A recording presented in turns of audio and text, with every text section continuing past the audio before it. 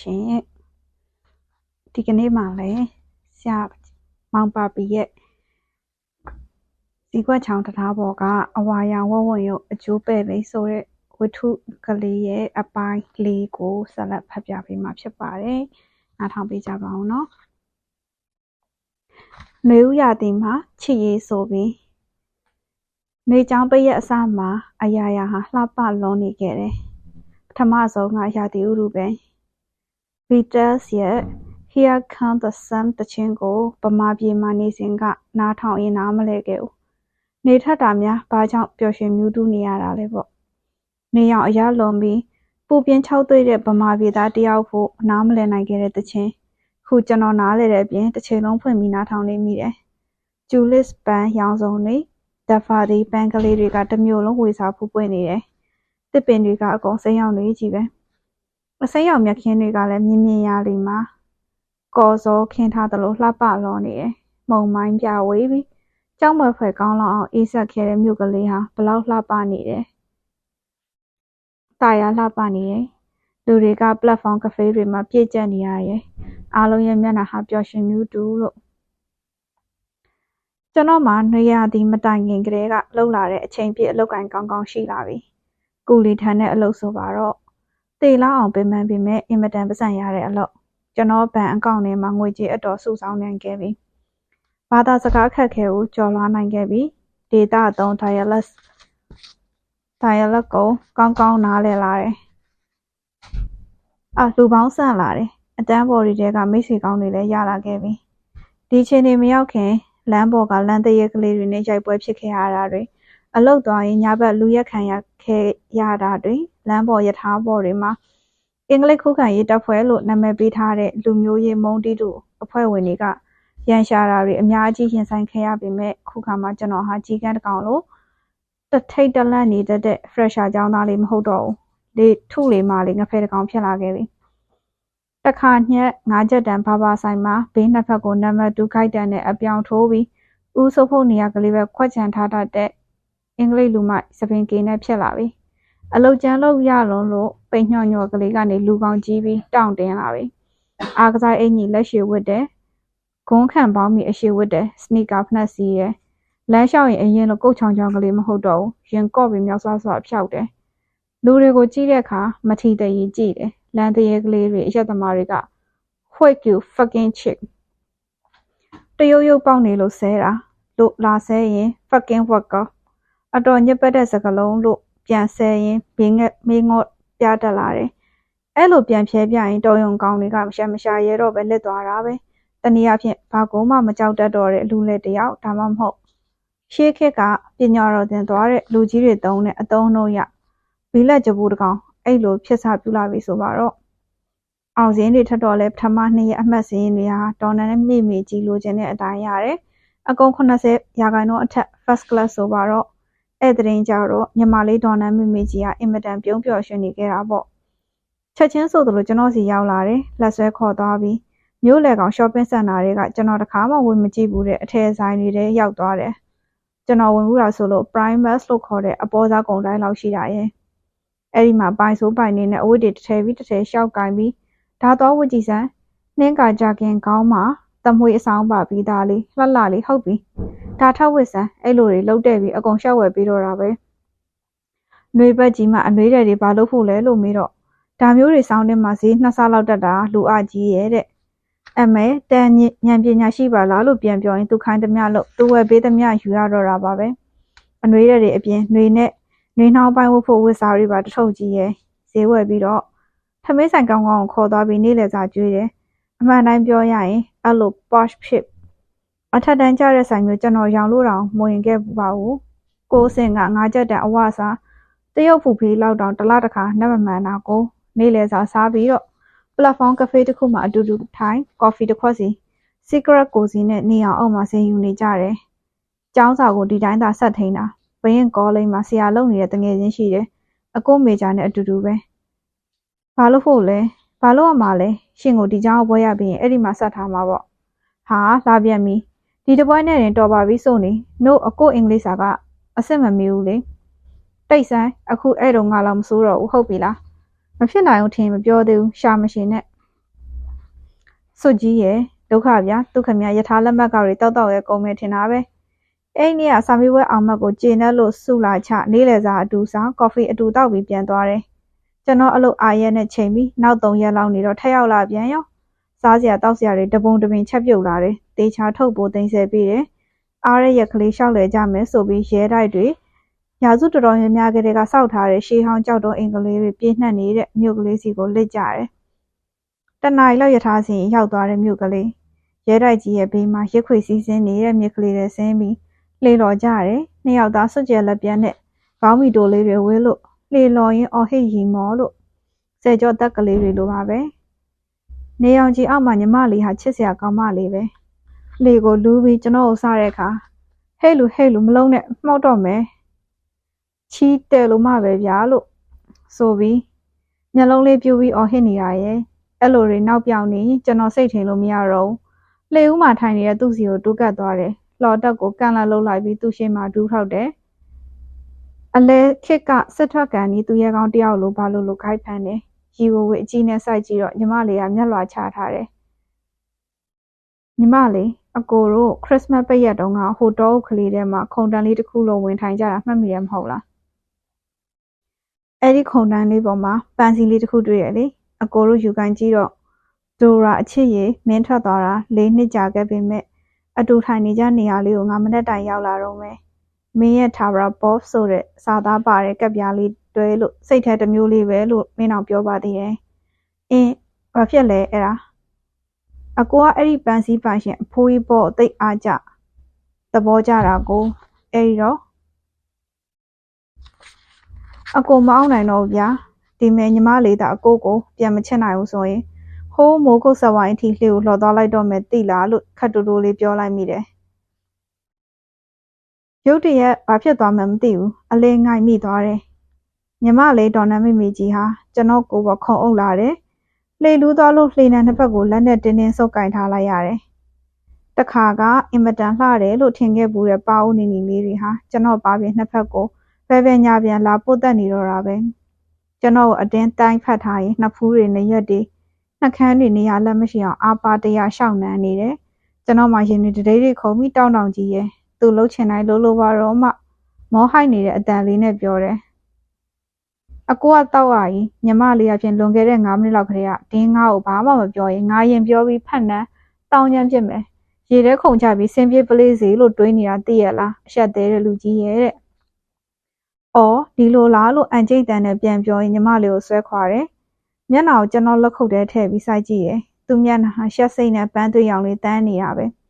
နှကန်းလေးတွေကတဆက်ဆက်တုံးနေတယ်ကျွန်တော်အောက်နှကန်းကိုကိုက်ပြပြီးမချစ်မရဲလှုပ်ပြလိုက်တော့အကိုနော်အဲ့လိုကြီးမကြည့်စမ်းနဲ့ညီမလေးရင်တုံလို့သေကုန်ပါတဲ့ကျွန်တော်မျက်နှာဟာစက်ခနဲ့သူ့မျက်နှာကိုအုပ်မိုးပြစ်လိုက်တယ်အိုးလို့သူအော်ဖို့ကြိုးစားသေးတယ်ဒါပေမဲ့အဆုံးထိမအော်နိုင်ခဲ့ဘူးသူ့နှကန်းလှလှလေးဟာကျွန်တော်နှကန်းအောက်မှာနစ်မြုပ်ပျောက်ဆုံးသွားခဲ့ရတယ်အဲ့ဒီနေရက်တွေဟာတသက်မမေ့နိုင်စရာရက်တွေပေါ့ကျွန်တော်ဟာအလုပ်ကိုအသေးအံလုပ်ရင်းပတ်စံတွေစူးစမ်းပြီးစုဆောင်းတယ်နောက်တစ်နှစ်အတွက်ကျောင်းလာကဆိုတာကြီးကိုပြည့်မီဖို့အတွက်အလုပ်လုပ်ပြီးရင်အလုပ်တွေကြီးပဲဘာလို့ပင်မနေပါစေလေကလေးတချွန်ချွန်နဲ့ရဲ့အလုပ်ကပြန်လာရင်ထမင်းဟင်းမြင့်မြင့်စားဖို့ကျွန်တော်ချစ်သူညီမလေးကတပတ်စာချက်ပြုတ်ပြီးထားသွားပေးနေကြဆိုတော့ပူပင်စရာမှမလိုတာကိုသူ့လက်ရဟင်းကောင်းကျွေးမွန်တွေကိုနှွေးပြုတ်ပြီးစားလိုက်ရုံပဲဒါအပြင်အပန်းဖြည့်စရာဝီစကီ1 လီတာပလင်းနဲ့ဘီယာပလင်းစိမ့်စိမ့်လေးတွေပါဒါစင်လိုက်ဝယ်ပြီးတူလောင်ထားပေးခဲ့သေးတာရဲ့ညစဉ်နီးပါးကျွန်တော်အလုပ်ကပြန်ရောက်ရင်မိုးချိုးစားတော့ပြီးစီလို့ဘီယာလေးမော့စီကလက်လေးဖွာရင်စိန်ယူနေပြီဆိုရင်ကွန်ပျူတာ webcam ကိုဖွင့်ထားပြီးတယောက်မျက်နှာတယောက်ကြည့်ရင်စကားတွေအများကြီးပြောကြတာပါပဲဘာတွေပြောကြလဲဆိုတော့ကစာအုပ်တွေအကြောင်းရုပ်ရှင်အကြောင်းတွေကပ္ပရေးအစရှိတဲ့ပြင်အမျိုးစုံပေါ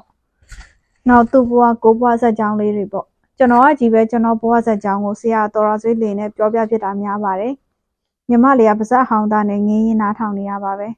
ဇလန်တစ်ဖြားလောက်ဆုံးသွားတိုင်းအတော်ဆိုးတဲ့လူတေတဲ့လူပါလားလို့မှတ်ချက်ချပြီးပြုံးစီစီလုံးနေတတ်တယ်ကျွန်တော်ပြောပြတဲ့အရာတွေဟာသူရှင်တန်ခဲရတဲ့ကဘာနဲ့ဝေးကွာလုံးနေတာကြောင့်ကျွန်တော်ဘာပြောအံ့ဩမြင့်တက်နေတဲ့မျက်နှာပြင်မျိုးနဲ့ငြိမ်ငြိမ်လေးနားထောင်နေရပဲအချစ်ကြောင်မပြောကြဘူးလားဆိုတော့ကမပြောကြဘူးဗျကျွန်တော်တို့ကလက်တွေ့ကြတဲ့စုံတွေပဲကျွန်တော်အားရရက်ဆိုသူရောက်လာတယ် အဲ့တော့မှတယောက်နဲ့တယောက်မျက်စိအောက်ကအပြောက်မခံတော့အဖြစ်သေးကြတာပေါ့သူချွဲသမျှကျွန်တော်ပြုံးပြုံးနဲ့ခံကျွန်တော်ကိုသူကဆက်ကြောဆက်ပြီးနှိပ်ပေးနေပြီးတာတွေလောက်ပြီးပြုစုရပြထမင်းနဲ့ချက်ပြုတ်ပေးအခန်းတန့်ရှင်ရေးလုပ်ပေးအဝတ်စားတွေရှော့ဖို့မိဘူးတိုက်အစားရှိတဲ့ဖြင့်အိမ်ရှင်မလေးကြာနေတာပဲညနေဆောင်ပြီဆိုနေဘက်ဆိုတော့ည7 နာရီလောက်ထိနေအောင်မပြောက်ဘူးနှစ်ယောက်သားမျိုးရဲဘက်ထွက်လူရှင်နဲ့အရက်ဘာတစ်ခုမှဝင်ထိုင်ပင်လျက်ထိုးလိုက်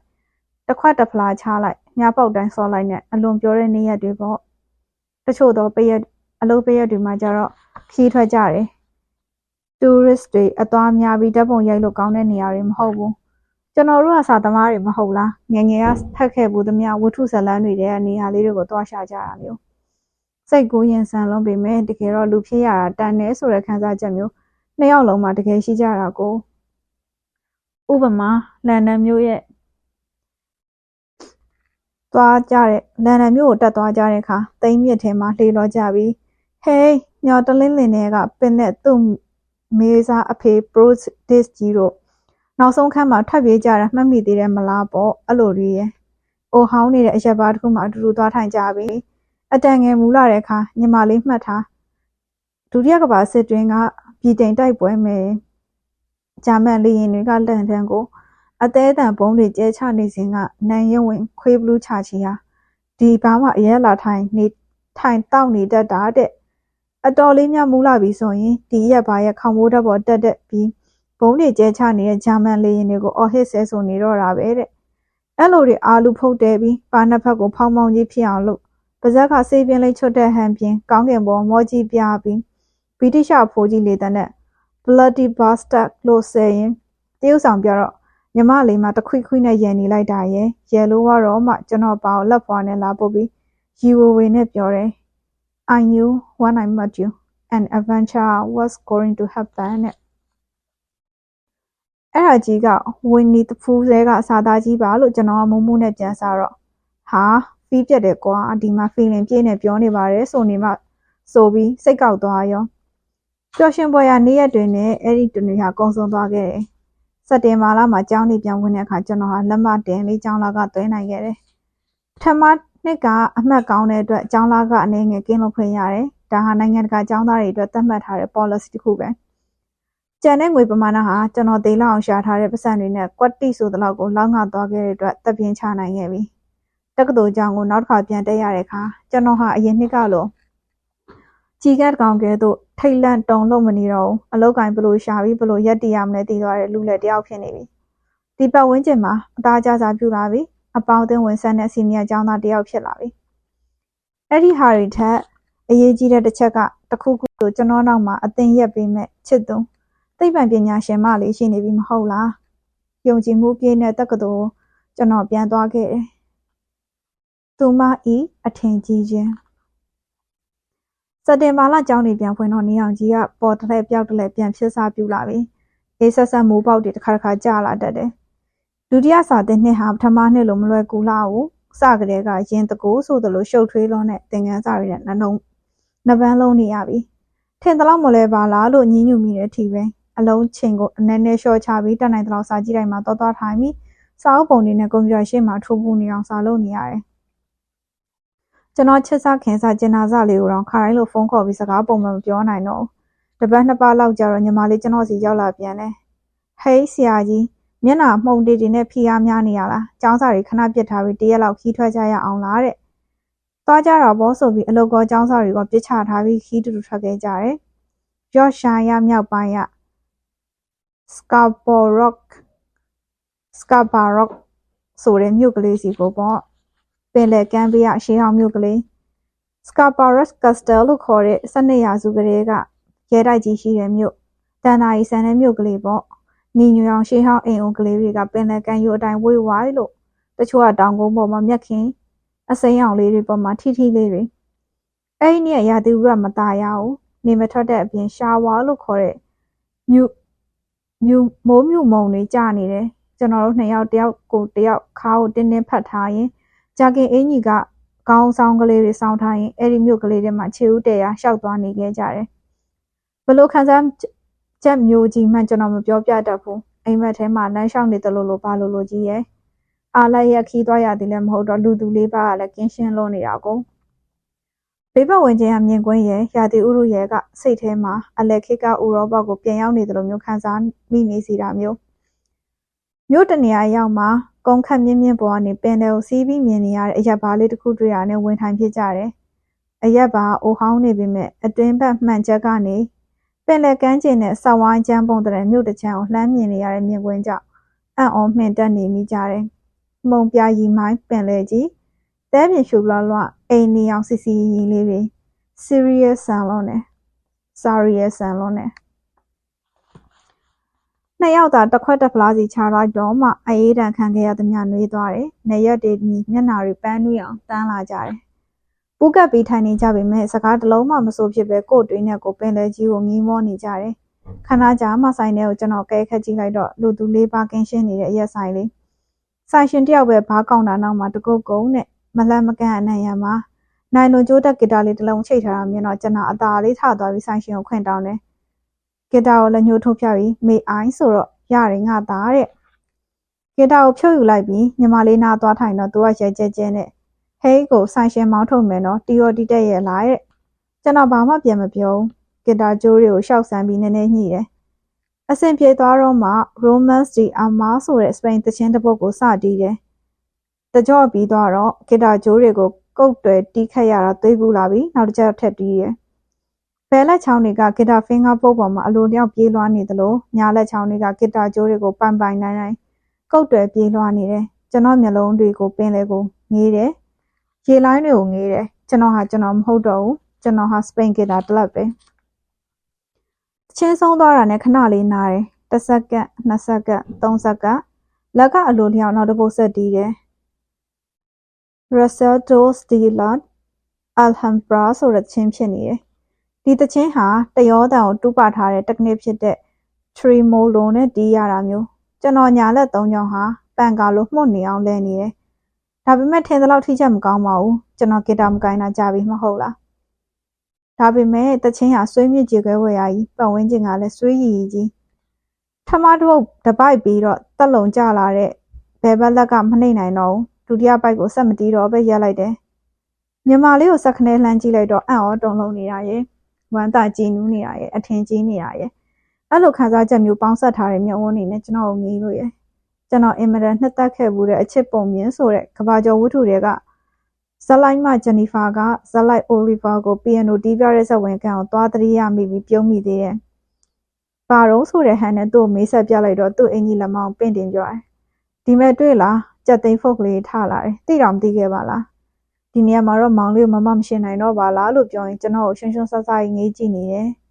တဘွားအလုံးကိုစောက်ထင်မကြီးခဲ့ဘူးတဲ့ကျွန်တော်ဟာအခုကိုအင်မတန်ကြီးကျယ်မြင့်မြတ်တဲ့ကောင်ကြီးလို့ဘာလို့ခံစားနေရပြီ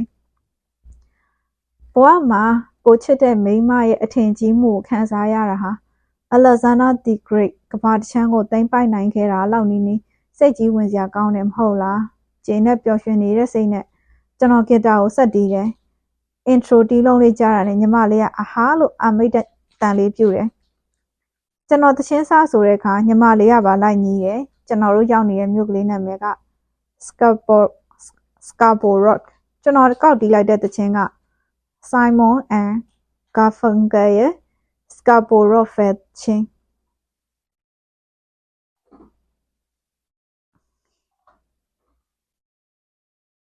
sorry ပါတချင်းမစိုးတတ်ပါဘူးရလည်းမရပါဘူးဖတ်ပြပေးပါမယ် Are you going to Scarborough Fair parsley sage romance rosemary and thyme remember me to one who lives there she once was a true love of mine ကျွန်တော်ကရှီလို့အော်ဆိုတဲ့နေရာမှာညီမလေးကကျွန်တော်ရင်ဘက်ကိုလက်ညှိုးနဲ့ထောက်ပြီးဟီလို့ပြောင်းပြီးဆိုတယ်ကျွန်တော်မှတချင်းဆိုနေရင်ဆက်ဖြည်းဖြည်းနဲ့ရဲ့တချင်းကိုအတူဆက်အော်ဆိုကြတယ် Tell how to make me a Cambridgeshire parsley sage rosemary and thyme without no seams nor needlework then she will be a true love of mine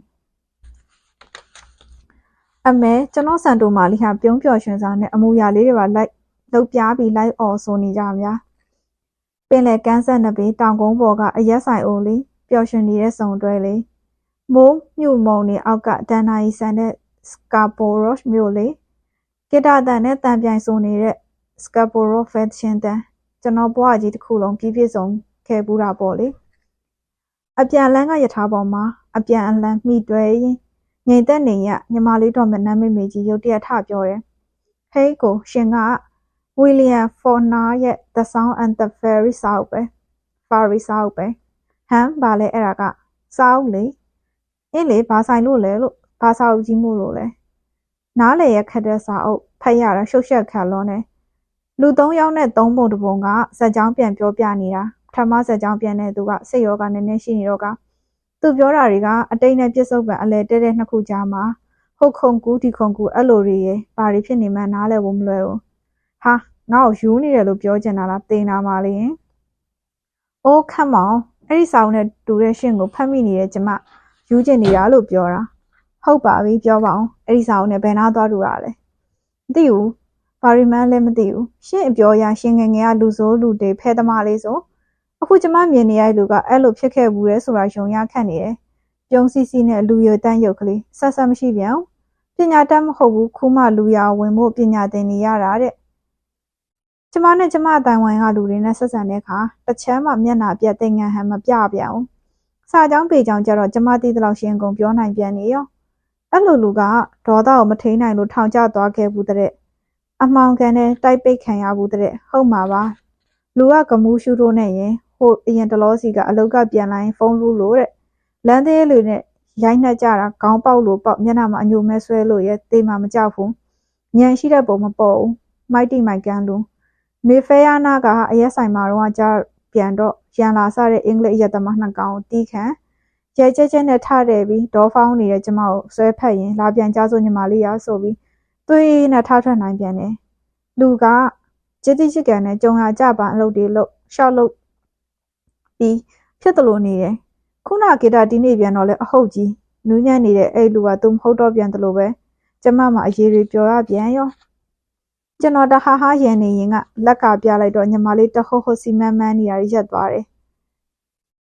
အဲ့ဒီစာအုပ်ကိုစူးစမ်းပြီးဆက်ဖက်ကြည့်မယ်မဟုတ်လားလို့ပြောရင်မျက်စိတစ်ဖက်မိပြလိုက်တော့ခလေးလေးတယောက်လိုနှင်းနှင်းချက်ချက်ပြန်ပြုံးပြလာရင်အသေးချပေါ့တဲ့အဲ့ဒီခေးစီဟန်ပြန်ရောက်တော့ကျွန်တော်တို့နှစ်ပတ်လောက်မတွေ့ဖြစ်ကြဘူးသူကအလုပ်ကိစ္စနဲ့တခြားတိုင်းပြည်ဘက်ရောက်နေတယ်ကျွန်တော်ဘဝလည်းထုံးစံတိုင်းငွေရှာခြင်းနဲ့ပညာသင်ခြင်းအမှုတို့ရဲ့လောကဓာတ်လှိုင်းလုံးကြတွေနဲ့နေချီမျောခြင်းနဲ့တညက်နေတာကျွန်တော်အိမ်ပေါက်အောင်ညီမလေးပေါက်ချောက်လာရောတကားဖွင့်ပေးလိုက်တော့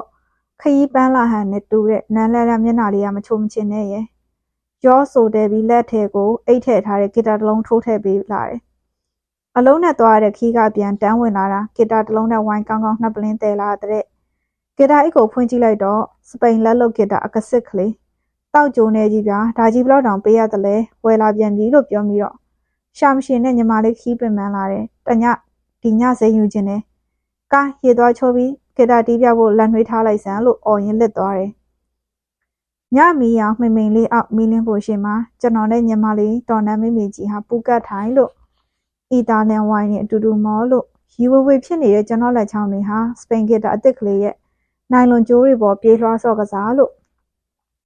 ကျွန်တော်ပခုံးစုံကိုမိတွယ်ထားတဲ့ဝိုင်မူးနေတဲ့ကောင်မလေးဟာမျက်လုံးစုံမိတ်နားထောင်နေရင်ကတချင်းတပုတ်ပြီးသွားတိုင်းမျက်လုံးဆက်ခနဲဖွင့်ကြည့်ပြီးကျွန်တော်ကိုအထင်တကြီးငေးကြည့်ရင်ตาရလိုက်တာအကိုရတဲ့ရှင်တိန်ဖိန်တိန်လေးတဲ့အီတာလန်ဝိုင်ရက်ချိုနဲ့စပိန်ဂီတာတန်ဟာကဘာပေါ်မှာအလိုက်ဖက်ဆုံးရစ်မှုလို့အကောင်းဆုံးအရာနှစ်ခုမဟုတ်လားနည်းနည်းကြတော့ကျွန်တော်ဂီတာတီးတာရက်ပြီးဂီတာကိုဘေးချလိုက်တယ်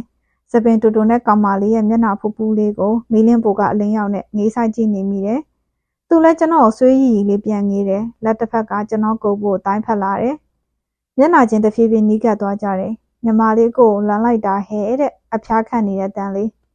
အဲ့ဒီနောက်မှာတော့မီလင်းပိုလေးရှေ့မှာအနမ်းမုန်တိုင်းလေးထန်လို့ပေါ့အားလုံးကိုကျေးဇူးအများကြီးတင်ပါတယ်နောက်နေ့မှာဇက်သိန်းပိုင်းကိုဆက်လက်ဖတ်ပြပေးဦးမှာမို့လို့ဆက်နားထောင်ပေးကြပါဦးနော်အားလုံးပဲတက်တာအိမ်မက်လှလှမကြပါစေ